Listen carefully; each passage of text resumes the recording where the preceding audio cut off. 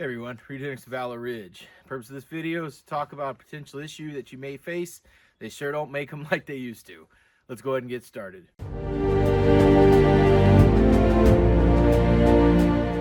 So guys, the other day I was out and it's the lovely weather out here. It's in the low 20s and nice and cool. So for some people it may be, colder in certain areas. For other people, you're like, what is this foreign stuff around there? Well, it's middle of winter, snow.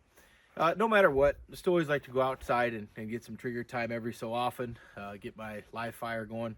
So the other day, I was out up on the range, and when I was going to get some range set up, to do some things, I set my rifle up on my ATV.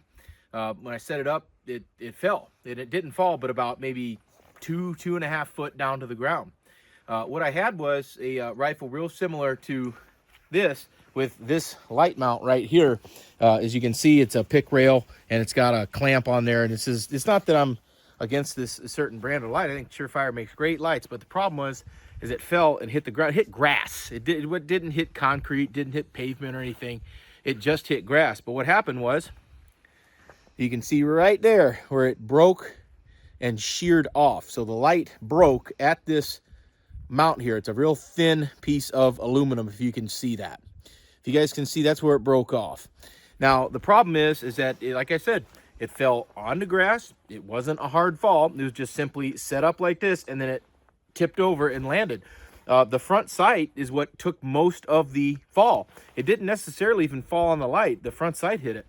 But regardless, the flashlight mount still broke, and I thought that was pretty unusual. I mean, if you train enough, if you handle your guns long enough, rifles are going to fall. You're going to get down on the prone. You're going to either get up, you're going to bump into stuff. It's going to happen. And the light mount should be able to absorb that. This one did not. It's for that very reason why I recommend the following. So guys, you see in a lot of my other videos, I usually use this rifle right here. Just a simple old FN. I got this on clearance for a pretty good deal.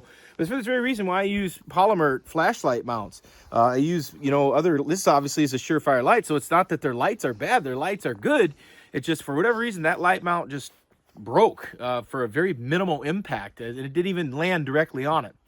That could have been anything. That could have been getting down on the ground where you brace yourself with your rifle. Could have been bumping into a door jamb. Could have been bumping into a piece of furniture. And now you don't have a flashlight. That's not going to work for us. For that reason, I recommend a flashlight like this or a light mount like this. This is just one. I'll have links in the description box for this if you want a link to go right to it. I like this one a lot, Viking Tactics. You can use whatever flashlight that you want. This one just happened to be a Surefire G2X. I like that as well. But this is a Viking Tactics polymer mount. It's not going to break. I've used and abused this rifle for years. It's never had a problem with it in hot weather, cold weather. I'll show you another option as well. Another option that you may want to look at, guys, and this is one that I've really liked a lot, is going to be this Magpul flashlight mount. Obviously, you can see it's polymer, and it's got a pretty good grip on there, and it'll fit any size flashlight that you want.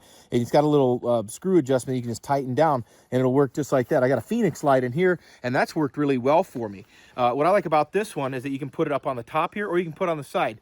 Tip: if you're going to use this, if you're a right-handed shooter and you're going to mount it on top of your rifle, get the right side one, because they're designed to be put on the side here. So trust me, if you're a right-handed shooter and you mount it on top, get the right side one, and reverse that. So I made that mistake when I first bought this. But those are just a couple of options, guys, where you're not going to break the bank on a light or a light mount. Any of those combinations that I just showed you, it's going to be like barely over $100 for a good light and a good mount. It sure as hell beats a $300 useless light that I showed you earlier right there.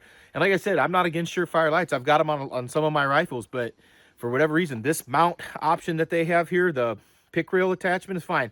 So anyway, guys, got information like this in my books. If you want to get more information as well, hands-on instruction, I would love to see you in one of our classes. Our schedule is available, and I got links to our website in the description box below as well.